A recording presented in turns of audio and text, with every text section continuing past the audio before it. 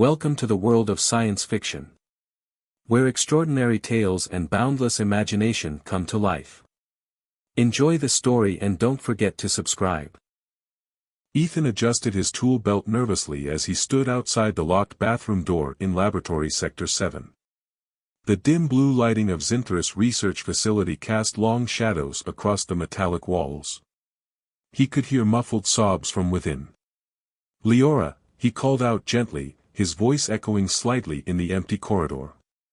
"Please talk to me. I don't know what you've heard, but I promise it's not true." There was no response at first. Then came a sharp clatter, something fragile had been thrown against the wall inside. "Stay away." Leora's voice trembled but held an edge of defiance. "I won't let you consume me." Ethan sighed, running a hand through his short brown hair. This was not how he had envisioned his first interspecies collaboration going. He had been sent here as part of Earth's initiative to foster relations with Zinthris after decades of isolation between their species. The planet's advanced biotechnology held immense promise for humanity, if they could overcome centuries of mutual distrust. "Leora," he tried again, leaning closer to the door. "I don't know where you got that idea, but humans don't eat their partners." "That's absurd." "Absurd," she snapped back. "Then why did I hear it from 3 different sources today? They said it's part of your mating rituals.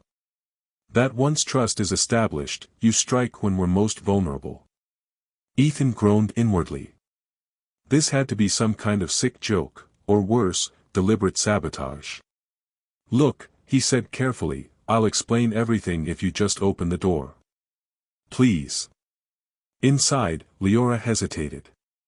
Her iridescent skin shimmered faintly under the bathroom's sterile lighting as she clutched her communicator tightly in one of her 4 hands. She was one of Zinthris' brightest biologists, a specialist in xenobiology tasked with bridging gaps between species, but right now she felt like prey cornered by a predator. "I need proof," she said finally.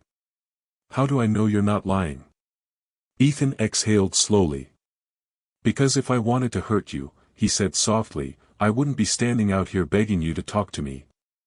There was silence for a moment. Then came a faint click as the lock disengaged. The door creaked open just enough for Leora's face to appear, a face framed by delicate tendrils that shifted like seaweed in water when she moved. Her violet eyes were wide with suspicion. "Stay where you are," she warned, holding up one hand while gripping a small stun device in another. "Understood," Ethan said quickly, raising his hands in surrender. "I'm not here to hurt you." She studied him for several long seconds before stepping aside cautiously.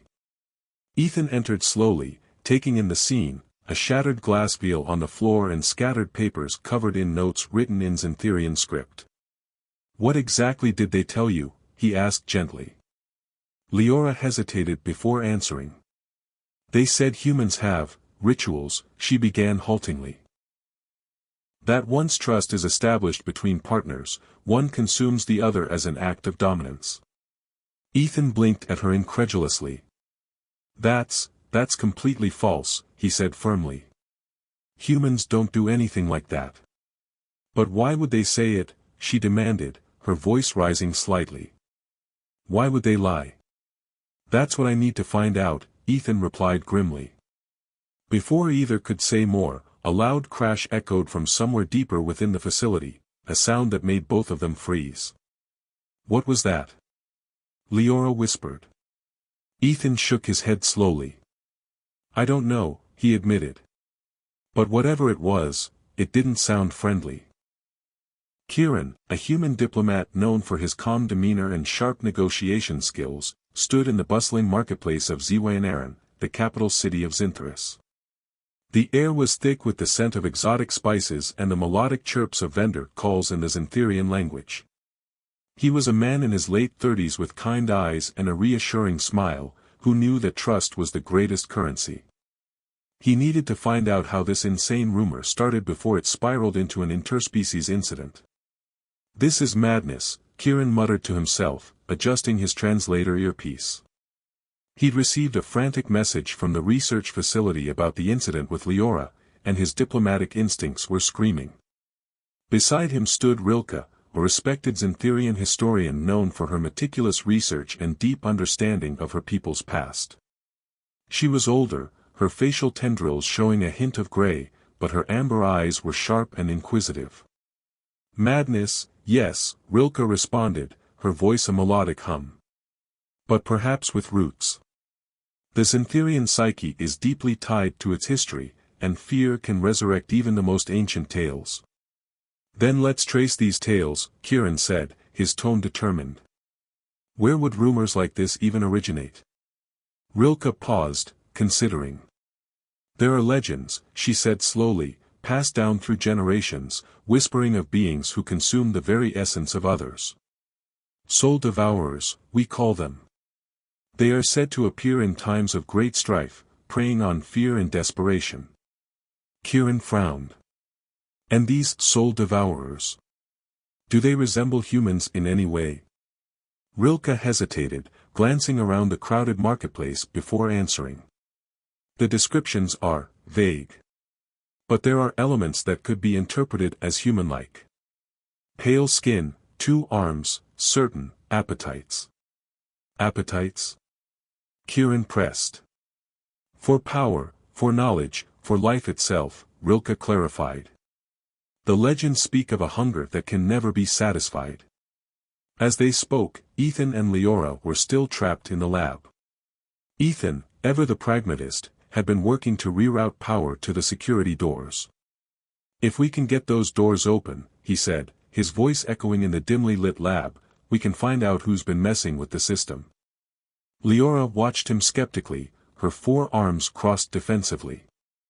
And then what, human? Will you imprison them? Or, consume them? Ethan stopped what he was doing and turned to face her, his expression weary. Leora, I swear, no one is going to consume anyone. This whole thing is based on lies. We just need to find out who's spreading them. Suddenly, the lights flickered violently, plunging the lab into near darkness. Emergency lights kicked in, casting eerie shadows across the room. What was that? Leora gasped, her eyes wide with alarm. Power surge, Ethan replied grimly. Someone's messing with the main grid. He pulled out his communicator, trying to contact Kieran or anyone else who could offer assistance. But all he got was static. Back in Ziwanaran, Kieran and Rilke visited the Grand Archives, a towering structure of crystal and metal that housed the entirety of Xantherian history. Rilke led Kieran through labyrinthine corridors lined with glowing data crystals. Here, she said, stopping before a particular crystal. The earliest recorded mentions of the soul devourers.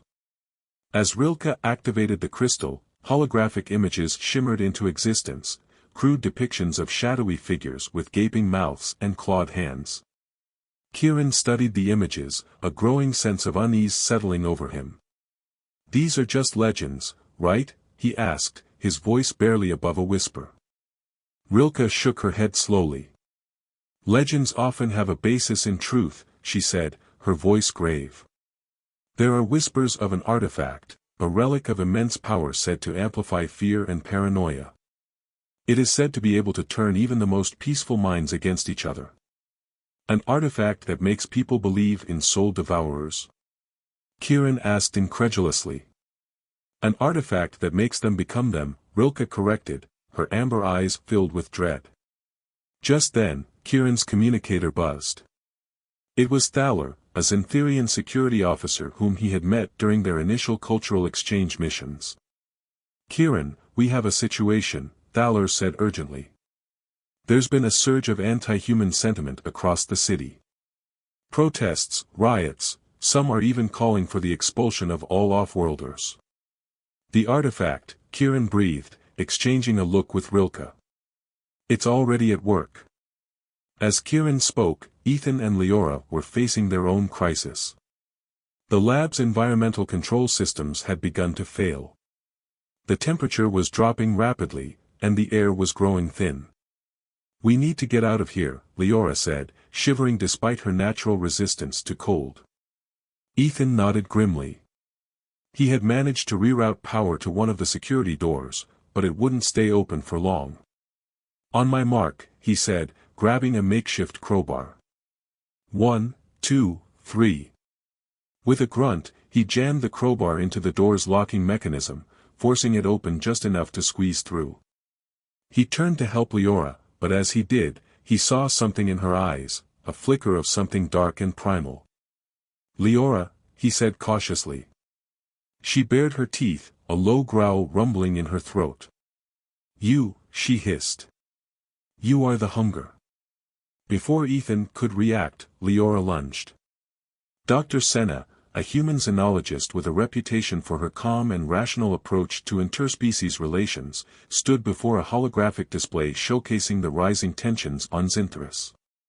News reports flickered across the screen, images of protests, clashes between humans and Zintherians, and inflammatory rhetoric being broadcast on local media channels. This is escalating faster than we anticipated, Senna said, her brow furrowed in concern. She was a woman in her early 40s, with a warm smile that often put people at ease, but her eyes reflected the weight of the current crisis. The artifact's influence is spreading like wildfire. Beside her stood Thaler, a Zintherian security officer known for his unwavering loyalty and commitment to justice. His scaled skin was a deep shade of blue, and his multifaceted eyes reflected both concern and determination. The council is divided, Thaler replied, his voice a low rumble. Some believe severing all ties with humanity is the only way to restore order. Others still hold hope for peaceful coexistence. And you, Thaler? Where do you stand? Senna asked, turning to face him directly. Thaler hesitated, his gaze flickering towards the holographic display. I have seen the potential for good that can come from our alliance, he said finally. But I cannot ignore the growing fear and distrust among my people. We must find a way to counteract the artifact's influence, and quickly. Then we're in agreement, Senna said, a hint of resolve in her voice. We need to understand the artifact, its origins, and how it's being used to manipulate people. Meanwhile, back at the research lab, Ethan and Leora were locked in a desperate struggle. Leora, her mind twisted by the artifact's power, lunged at Ethan with a ferocity he had never seen before. Leora, stop. This isn't you. Ethan pleaded, dodging her attacks. He refused to use force against her, hoping that he could somehow break through the artifact's influence. You are the enemy. Leora snarled, her eyes blazing with hatred. You came here to steal our resources, to consume our very souls. Ethan managed to disarm her, knocking the stun device from her grasp. But Leora continued to attack, her sharp claws tearing at his clothing. Damn it, Leora, I don't want to hurt you. Ethan exclaimed, struggling to restrain her. But I will if I have to. Suddenly, the lab's emergency lights flickered again, plunging the room into darkness. A loud alarm blared through the facility, signaling a critical system failure. What's happening? Leora gasped, momentarily disoriented. The lab systems are failing, Ethan replied grimly. If we don't get out of here soon, we're both going to die. Despite her altered state, Leora recognized the urgency in his voice. A flicker of her former self seemed to break through the artifact's influence. We have to work together, she said, her voice trembling. That's what I've been trying to tell you, Ethan replied, grabbing her hand. Come on, let's find a way out of here. Back in Ziwanaran, Senna and Thaler arrived at the ancient ruins where the artifact was believed to be located. The ruins were shrouded in mist and shadow, the air thick with an eerie silence.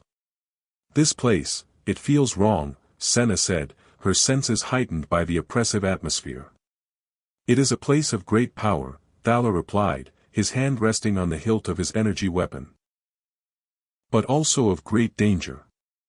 They entered the ruins cautiously, navigating through crumbling corridors and ancient chambers. Hieroglyphs covered the walls, depicting scenes of war, sacrifice, and the shadowy figures of the soul devourers. These glyphs, they seem to depict the artifact's history, Senna said, studying the images closely. It was used in ancient times to incite fear and paranoia, to control the population through manipulation. But who created it? Thaler asked, his gaze sweeping across the chamber. And why? Suddenly, they heard a faint whisper, a voice that seemed to echo from the very stones around them. You seek the truth, the voice hissed. But the truth will only bring you pain. A figure emerged from the shadows, a Zintherian with glowing eyes and a twisted smile. Vera, Thaler said, his voice filled with surprise. What are you doing here? I am protecting my people, Vera replied, her voice dripping with venom. From the human plague that threatens to consume us all. The humans are not our enemies, Thaler protested. They are our allies. Allies? Vera laughed, a chilling sound that echoed through the ruins. They are nothing but parasites, feeding off our resources and corrupting our culture. I will not allow them to destroy us. With a wave of her hand, Vera activated the artifact, unleashing a surge of psychic energy that washed over the ruins. Senna and Thaler staggered back, their minds reeling from the sudden onslaught. You cannot stop me, Vera said, her eyes burning with fanaticism. The artifact's power is too great. Soon, all of Zintheris will see the humans for what they truly are, soul devourers. As Vera unleashed the artifact's power, Ethan and Leora were struggling to survive in the failing lab.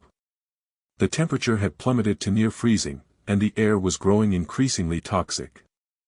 We have to find a way to override the system, Ethan said, his breath fogging in the frigid air. There's a manual control panel in the main reactor room, Leora replied, her voice weak. But it's on the other side of the lab. Then let's go, Ethan said, helping her to her feet. They made their way through the lab, dodging sparks and avoiding falling debris. The artifact's influence was still present, causing them to experience disturbing hallucinations and flashes of paranoia. I don't think I can go on, Leora said, collapsing against a wall. Yes, you can, Ethan said, his voice firm. We're almost there. Just a little further. He pulled her to her feet and continued onward, determined to reach the control panel and shut down the failing system. As they rounded a corner, they stumbled upon a shocking sight, a hidden chamber filled with strange devices and glowing crystals.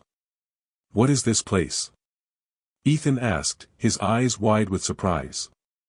This is where they were amplifying the artifact's power, Leora said, her voice filled with dread. Someone was deliberately trying to incite chaos. As they examined the devices, they found a series of encrypted data logs. Ethan managed to crack the encryption, revealing a series of messages between Vera and other Zintherian extremists. It's all here, Ethan said, his voice grim. Proof that Vera was behind the attacks, the rumors, everything.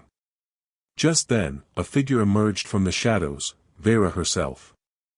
I see you've discovered my little secret, she said, her voice dripping with sarcasm.